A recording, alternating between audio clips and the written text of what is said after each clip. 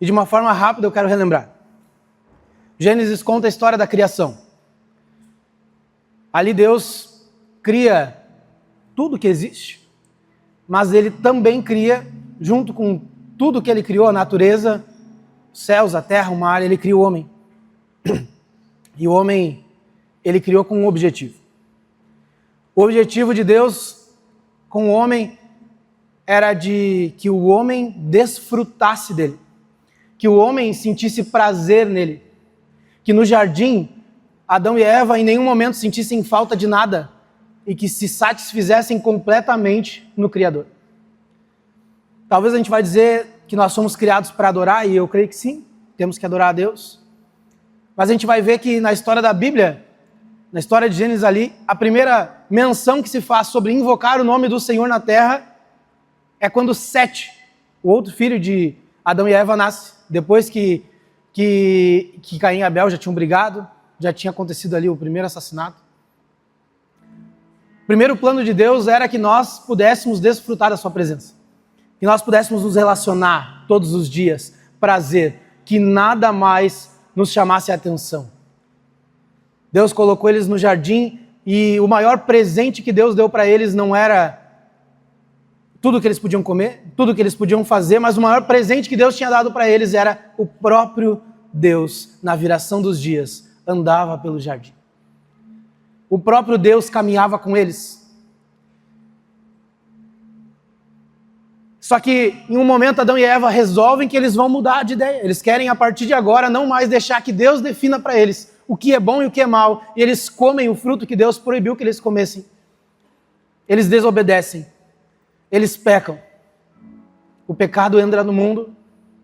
E a partir daí, Romanos 3:23 diz que todos os homens pecaram. Não existe um só justo sequer. Todos nós somos gerados em pecado. Todos nós somos maus. E talvez a gente possa falar assim, eu penso na minha mãe, quando eu penso sobre isso, a minha mãe é uma das melhores pessoas que eu conheço. Uma pessoa boa. Minha mãe é muito boa. Ela é querida, amorosa, faz uma piada com alguém, ela diz, não fala assim. Digo, mãe, mas ele é feio mesmo. Não, mas tadinho. A Beth do Láctea, aquele tadinho. Não sei imitar. E ele fica, minha mãe é muito boa. E para mim pensar que a minha mãe é má na sua essência é difícil, sabe? E eu não penso em mim porque eu sei que eu não sou muito bom mesmo. A minha mãe é uma pessoa ótima. Mas quando nós pensamos que nós somos maus, que nós afastados de Deus, nós somos maus. Não tem a ver com o tamanho do pecado que a gente cometeu. Não tem a ver com o quanto nós erramos e o que nós fizemos. Daqui a pouco a gente só conta uma mentirinha. Daqui a pouco a gente pode ser, sim, um assassino. A gente pode ir longe aqui, mas não tem a ver com o que nós fazemos, mas sim contra quem nós fazemos. Nosso Deus, santo, perfeito, Ele não se relaciona com o pecado. Nós viramos as costas para Deus. O Evangelho, ele começa com um entendimento. Nós somos maus. Nós não merecemos a graça. Nós não merecemos o amor. Nós não merecemos nada de bom que nós temos. Nós não merecemos. Não tem mérito nenhum em nós. O Evangelho precisa ser começado, precisa ser entendido começando por nós somos maus. Eu sou mau, você é mau. Nós somos predestinados à perdição, ao inferno. No momento que Adão e Eva pecam, o pecado entra no mundo, começa uma busca de Deus. A primeira pergunta que Deus faz ao homem é: aonde você está? Deus sabia onde eles estavam, Deus sabia o que tinha acontecido, mas ali inicia a primeira busca do Senhor pelos seus filhos. E Ele diz: onde vocês estão? O Senhor inicia ali uma busca pelos seus filhos. No momento onde nós, que fomos criados para ser íntimos, andarmos com o Pai, o maior presente que Ele poderia nos dar era Ele mesmo. Lá no Éden nós fizemos uma escolha. Nós não queremos Deus. E por isso nós somos maus. Depois da queda, começa essa busca. E essa busca ela vai parar lá em Lucas 15. Naquele momento que Deus pergunta onde vocês estão, ele fala de um plano, que era o plano da redenção. E ele começa: um dia virá um que esmagará a cabeça da serpente. Ele vai vir e ele vai vencer a morte, ele vai vencer o pecado. Deus ali já cria um plano de reconciliação dele com o homem. Quem errou? O homem. O homem não pode sozinho voltar para Deus. Mas Deus, ele cria um plano de redenção para mim e para todos nós. Ele cria um plano de reconciliação. Ele deseja reconciliar com seus filhos. Ele deseja encontrar os perdidos. E quando nós chegamos aqui em Lucas 15, Jesus já estava na terra. O Filho de Deus veio para cumprir tudo isso. Ele está sentado com pecadores. Ele está ali sentado no meio de pessoas que não eram aceitas pela sociedade. E a gente já viu em alguns momentos, por exemplo, falando sobre lavar as mãos, comer sem lavar as mãos, ali que os judeus tinham isso muito forte, não tinha nada a ver com higiene, tinha a ver com religião. Eles viam os publicanos, que eram os caras que se voltaram contra o próprio povo de Jerusalém e ajudavam cobrando impostos para o Império Romano. Eles eram traidores, os publicanos. E ali diz os pecadores, eles não falam nem o que é que os caras faziam, mas eram todos eles. Eram pessoas que não se preocupavam em parecer que eram bons, como os fariseus faziam. E ali, Jesus, sentado no meio dos pecadores, ele começa a explicar o que ele veio fazer. Ele começa a explicar qual era o plano, qual é a boa notícia que o Senhor tem. O que é o Evangelho? Ele conta 3 parábolas. Nós conhecemos as parábolas por a parábola da ovelha perdida, a parábola da dracma perdida e a parábola do filho pródigo. Parábolas eram histórias que Jesus usava para contar, para explicar, para ensinar o que ele estava querendo dizer sobre o reino de Deus. Ele explicava através de algumas histórias. E nós vemos as 2 primeiras histórias que ele vai atrás dos perdidos. Na primeira é de uma ovelha que se desprende do grupo dela, se desprende das outras 99, e ali Deus, que é o pastor naquela história, vai atrás. Ele começa a procurar. Quando ele acha a ovelha perdida, ele dá uma festa. Ele celebra, ele bota ela no colo, nos ombros, leva ela de volta para o lugar, dá uma festa, celebra, existe festa, celebração. Quando nós vemos a segunda história, uma mulher que tinha 10 moedas, ela perde uma das moedas, ela limpa a casa, ela arruma tudo, tira tudo do lugar. Quando ela encontra, ela faz a mesma coisa, ela chama as amigas e ela dá uma festa. Aqui nós vemos já Jesus ensinando para os fariseus que achavam que eram muito bons, que eles não eram pecadores. Ele começa a explicar: eu vim para buscar os filhos perdidos de Deus. Eu vim para... Tô ruim.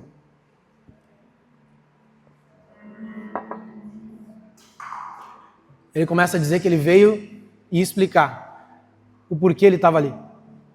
Ele veio para buscar os perdidos.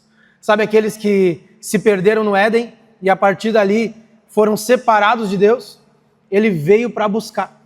Ele veio para pegar esses aí que reconheceram que são maus, reconheceram que são pecadores, chegam até ele e ele diz: eu quero recuperar vocês.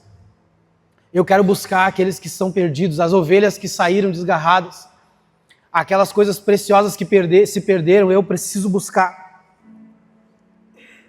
O Evangelho não começa com homens procurando Deus. O Evangelho começa com Deus procurando os seus filhos. O que é o Evangelho? É a boa notícia de que Deus está nos procurando. O Evangelho é a boa notícia de que o Senhor está procurando os seus filhos. E Ele vai atrás daqueles que se perderam. E talvez a gente pense assim, que hoje Tu pensou que tu quer voltar, talvez, para Deus. Talvez hoje tu entrou aqui pensando que é o dia que tu precisa entregar tua vida para Deus. Mas essa notícia, ela tem a ver com... Antes mesmo que tu tentasse entregar a tua vida, Deus já tem te procurado. Deus já está procurando os seus filhos. Quando a gente vai para outra parábola, que é a parábola do filho pródigo, a história é de um pai que tinha 2 filhos, ele tinha muito dinheiro, o primeiro pede a herança, dizendo mais ou menos assim, que o pai, tomara que o pai morra, porque eu quero a herança. Ele vai, ele gasta tudo que ele tem, e um dia ele se arrepende disso, porque ele está desejando comer o que os porcos comiam, e ele pensa que na casa do pai dele existia os empregados do pai dele eram mais bem tratados do que ele estava sendo tratado. Ele volta para a casa do pai. E ali a gente vê Deus, que é representado por aquele pai, correndo em direção ao filho. E a Bíblia diz que o pai que avistou o filho longe corre na sua direção. Isso para os judeus tem tantos significados. Um patriarca jamais sairia correndo. Ele não corre. Não se corria, era uma tradição, era costume. E ali Jesus começa a escandalizar eles dizendo: o evangelho é um pai que corre em direção ao seu filho perdido. Ali ele vai mostrando que o evangelho é a história de graça, que mesmo sem merecer o filho recebeu herança quando pediu. A graça é um escândalo, porque quem aqui daria talvez herança para o filho? As respostas mais comuns seriam: não vou te dar. Ou talvez no máximo, tá, eu te dou, mas olha só, cuidado, faz isso, não faz assim, o pai está aqui. Mas aquele pai, ele entrega de graça o que ele não merecia. Ele entregou uma herança que ele não merecia. Ele gasta tudo, porque ele não sabe o que fazer. Ele volta e vê um pai correndo, o pai dá roupa nova, sandália nova, um anel que simbolizava que de novo ele era da família. Ele recebe o filho de volta e mais uma vez ele dá uma festa. Terceira vez que um filho perdido, que algo perdido, quando é encontrado, existe uma festa. E ali diz também que existe uma festa no céu quando um pecador se arrepende. E esse filho perdido, que volta para casa, recebe algo chamado graça. Ele é encontrado pelo pai. Ele é visto pelo pai de longe. O filho mais velho, que foi o que ficou em casa, fica brabo com a festa. O pai sai da festa e insiste para o filho entrar. Mais uma vez, ele mostra ser um pai que presta atenção nos seus filhos. Um pai que cuida dos seus filhos. Ele percebe que o filho mais velho não estava festejando, não estava celebrando. E ele chama o filho: vamos lá, vamos entrar. O filho não quis. Ele responde que ele ficou ali servindo o pai dele por tantos anos e o pai dele nunca matou um boi para fazer uma festa para ele, nunca deu uma festa para ele. E o pai responde: meu filho, tudo o que eu tenho é teu. Esses 2 filhos, eles têm algo em comum. Os 2 queriam as coisas do pai. A diferença é que um foi escancarado e disse: Deus, eu quero que tu Pai, Deus, eu quero que tu me abençoe. Eu quero que tu prospere os meus planos. Eu quero dinheiro, eu quero isso. Eu quero prosperar em todas as coisas que eu vou fazer. Mas eu não quero estar perto de ti. Eu não quero, eu não preciso, eu não estou querendo. O segundo, ele fez a mesma coisa, anos e anos, servindo ao pai, como um empregado, mas o pai procurava por um filho. Ele se relacionava com o pai como um servo, como um empregado se relaciona com seu patrão. Ele esperava, pelo mérito das coisas que ele fez, receber algo. Os 2 queriam as coisas do pai, mas não queriam o pai. Lá no início, Deus criou o homem para que o homem se deleitasse no pai, que o homem desfrutasse da presença do pai. Os 2 tinham o pai e os 2 escolheram dizer não para o pai. Eu não te quero. O pai se oferece, mas eles queriam apenas as coisas que o pai tinha para dar.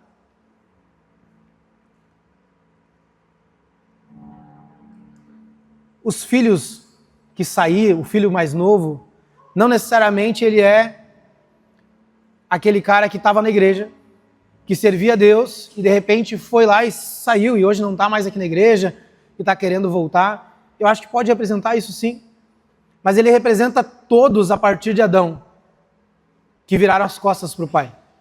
A partir de Adão, todos nós somos o filho mais novo. Eu sou o filho mais novo, você é, ou já foi em algum momento da sua vida, o filho mais novo. Aquele que virou as costas para o pai, queria tudo que o pai podia te entregar, mas virou as costas para ele. O filho mais velho, a gente às vezes se torna também nos relacionando com Deus, com o nosso serviço. Nós entregamos tanto para Deus, são tantas as escalas, são tantas as coisas que eu faço, são tantos os cafés que eu tomo com pessoas, são tantos os discipulados que eu faço, são tantos os PGs que eu lidero. São tantas vezes que eu toco, tantas vezes que eu prego, tantas vezes que eu estou dentro da igreja. São tantas vezes, mas nos esquecemos que o Pai é o melhor que Ele tem para nos dar. Cristo é tudo que Deus pode nos dar. Nós nos esquecemos de nos relacionar com esse Pai que está aqui tão perto, que tem tudo para nos oferecer dele, Ele mesmo. Mas nós continuamos seguindo, servindo, fazendo. E qual é o maior problema? É que a gente pode não pronunciar o que o filho mais velho disse, que é: Pai, mas eu te sirvo há tanto tempo. Mas isso às vezes nós agimos de forma inconsciente, nós ficamos esperando sermos abençoados, cuidados. E nós achamos que o nosso serviço é o relacionamento com Deus. Nós achamos que estar na casa de Deus, estar aqui na igreja é servir a Deus, é relacionar com Deus, mas não, é só servir. O Pai não tem buscado servidores, Ele não tem buscado empregados, Ele não está buscando isso. Deus está buscando os seus filhos. Nós precisamos voltar a ser filhos de Deus. Nós precisamos nos relacionar com o Pai. O Pai precisa ser tudo o que nós temos. O Pai precisa ser o nosso maior prazer. O Pai precisa ser a nossa maior alegria. Deus precisa ser aquilo que era o plano original, tudo para nós. Não pode ter esse segundo plano, não pode haver segunda opção. O Pai é tudo que Ele tem para nós.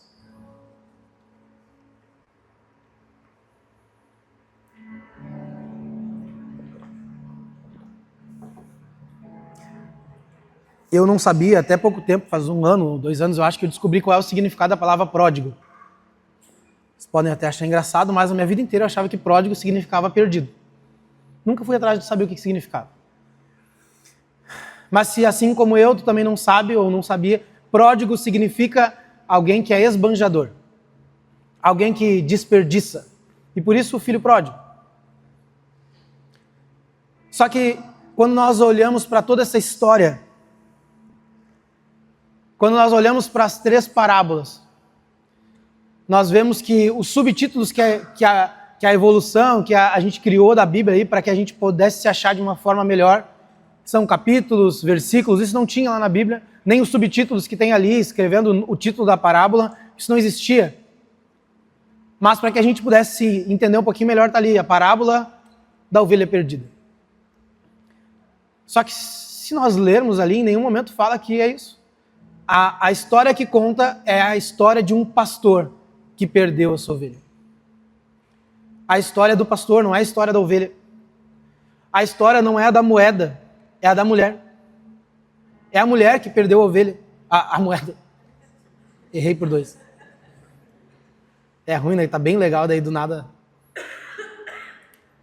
Não foram os filhos que se perderam. Foi a história de um pai que tinha 2 filhos. Sabe o que o evangelho é? Nada, absolutamente nada, a ver comigo e contigo. O evangelho não é a história dos perdidos, a história do evangelho é a história do pai que perdeu os filhos. Tudo é sobre o Pai. Tudo é sobre Jesus. Ele é tudo. Não somos nós que somos os importantes da história. Jesus é o importante da história. O Evangelho é sobre Ele. Não é sobre o que eu faço. Não é sobre aonde eu fui. Não se trata do tamanho dos meus pecados. O Evangelho se trata de um pai que perdeu filhos. Se trata de um pastor que perdeu as ovelhas. A história não é sobre mim nem sobre você. A história é sobre Deus.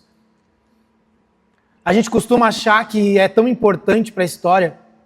A gente vai se sentindo importante, especial. Uma vez eu vi o Douglas do Jesus Cop contando exatamente uma história sobre isso, que era fazendo uma história de um filme que o cara chama a família, reúne a família, não sei se vocês já ouviram, reúne a família inteira e diz: esse filme é sobre mim. Eu participei de um filme, eu quero que vocês assistam esse filme.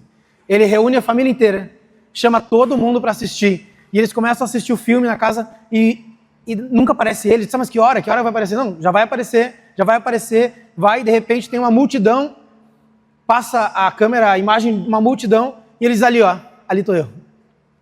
Eles dizem: mas aonde? Não, eu estou ali no meio daquela multidão.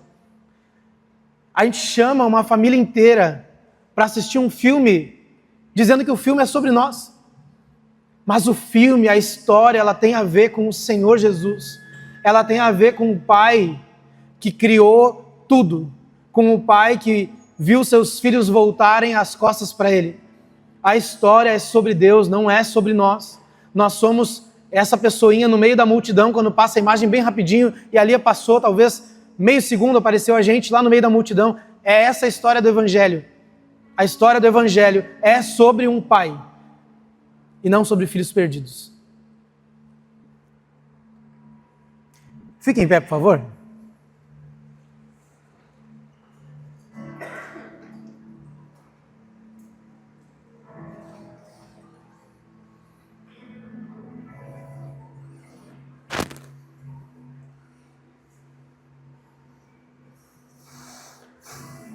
A palavra pródigo, ela tem a ver com alguém que esbanja. Hoje eu vim contar a história de um Deus pródigo. De um pai que esbanjou amor, graça, perdão, misericórdia sobre seus filhos. A história é essa.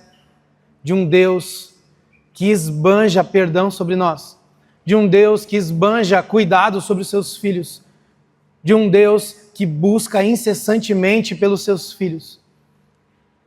Essa história é a história de um Deus que esbanja cuidado. Não é a história sobre mim ou sobre vocês. É a história de Deus. E hoje eu quero te convidar a entender que esses dois filhos fizeram exatamente o oposto daquilo que Deus tinha criado eles para fazer. Deus nos criou para que nós desfrutemos da sua presença. Deus nos criou para que Ele seja a nossa maior alegria. Deus nos criou para que nós sejamos os filhos encontrados dEle e nós possamos cuidar, ser abençoados por esse Deus esbanjador. Ser abençoados por esse Deus que esbanja tudo o que Ele tem nos entregado. Tudo é sobre Ele. Ele é um Deus que esbanja tudo. A graça é esse favor que nós não merecemos. Graça é isso que esse pai entregou. Entregou dinheiro, entregou uma herança para alguém que não merecia. Graça é mesmo nós virando as costas para Deus. Ele cria um plano, lá no início, para que nós sejamos encontrados mais uma vez. E eu quero orar contigo. Hoje, o Pai está nos olhando. Em todos os momentos da nossa vida, o Pai tem nos olhado. O Pai tem nos procurado. E hoje talvez é o dia que o Pai vai sair correndo na tua direção. Hoje talvez é o dia que o Pai vai sair correndo, vai te dar um beijo fedendo a porco. Vai te dar um beijo mesmo com a tua roupa suja. Vai colocar um calçado novo no teu pé. E a partir de agora vai ser o dia que nós vamos viver com a nossa maior alegria, o nosso maior prazer será Deus. Porque nós precisamos entender, meus amigos, que o Evangelho, essa boa notícia, está disponível para todos nós. Talvez tu é um crente de muitos anos e está dizendo assim, hoje está pregando essa pregação, é para quem está chegando a primeira vez, né? Eu já conheço Deus. É um convite para que tu faça hoje uma avaliação se de fato o Pai tem sido o teu maior prazer. Se o Pai tem sido aquilo que tu desfruta todos os dias. Sabe qual é o problema? A gente chega em casa cansado do trabalho, da faculdade. Quando nós estamos cansados, eu tenho duas coisas que eu penso. Uma você já sabe, dá para ver pelo meu tamanho, comida. Eu penso, primeira coisa, comer. Segunda, descansar. Eu e a Fran, a gente tem um costume que é descansar para descansar. A gente chega em casa e a gente deita assim, só deita. E a gente não faz nada por alguns minutos. Às vezes passa para 1 hora e diz, agora então eu posso tomar banho para ir dormir. Descansar para descansar. Talvez a tua maior alegria seja treinar, seja correr, seja ver amigos. Talvez os teus momentos difíceis, a primeira opção que tu tem seja jogar um futebol. Já foi uma vez na minha vida, não consigo mais. Talvez, quais são as coisas que nos momentos difíceis é a primeira coisa que tu pensa? Quem é a pessoa? É o Senhor. É o Senhor que tem te contentado, te satisfeito. O grande pecado do homem é que nós amamos mais alguma coisa ou alguém no lugar do Senhor. Esse é o grande pecado. É isso que continua nos afastando do Senhor. Quando nós mentimos, talvez é só um pecadinho, beleza, mas a gente mentiu porque a gente ama mais a nossa reputação do que a Deus. Quando nós acessamos algo que não deveríamos, é porque nós acessamos aquilo com a esperança de que nos satisfaça prazer. Deus não tem capacidade de me satisfazer. Eu amo mais a mim mesmo do que ao Senhor. Eu amo mais a mim mesmo, o meu descanso. Eu amo mais aos meus amigos do que ao Senhor. O Senhor é a tua prioridade. O Senhor tem sido, de fato, tudo o que Deus pode te dar. Ou tu ainda tem te relacionado com Ele, com a expectativa de que anos e anos e anos servindo a Ele te dê algum mérito para ser encontrado. Hoje talvez seja o dia de ser encontrado dentro da casa de Deus. Talvez tu nunca conheceu essa mensagem. É a primeira vez que tu está conhecendo e alguém está dizendo o que é o Evangelho. O Evangelho é a boa notícia de que filhos e filhas podem ser encontrados por um pai que os busca incessantemente. Talvez tu não te sente tão mal, tu é uma pessoa boa. Tu nunca roubou, nem o sinal vermelho tu atravessa. Não. E é bom. Existem consequências quando o Evangelho entra num lugar. Já viram aquelas experiências que largam uma Bíblia numa cadeia e após alguns meses, anos, vão vendo que pessoas começaram a ter a vida transformada. Facções param de brigar. Pessoas começam a se dar bem. Pessoas que eram brigonas começam a ser pacientes. O Evangelho ele tem essas consequências quando ele está próximo. Mas eu quero te dizer que o maior presente que o Senhor pode te dar é Ele mesmo. O maior presente que o Senhor tem para nós é Ele mesmo. O maior prazer que tu pode sentir na tua vida é o Senhor Jesus. Ele se entregou, Ele morreu e ressuscitou para que nós tivéssemos vida. Essa é a história do Evangelho. Um Deus que se entrega pelos seus filhos. Nós vamos cantar agora. Depois eu quero orar com você. Mas eu quero te lembrar que hoje o Pai está com a festa preparada para nós. O Pai tem festas preparadas para mim e para você. Ele quer nos encontrar, Ele quer encontrar o nosso coração. Sendo que talvez tu nunca ouviu essa história. Tu está afastado, está aqui nessa igreja há 35, 50 anos. O Pai tem uma festa para encontrar os seus filhos. Ele procura pelos filhos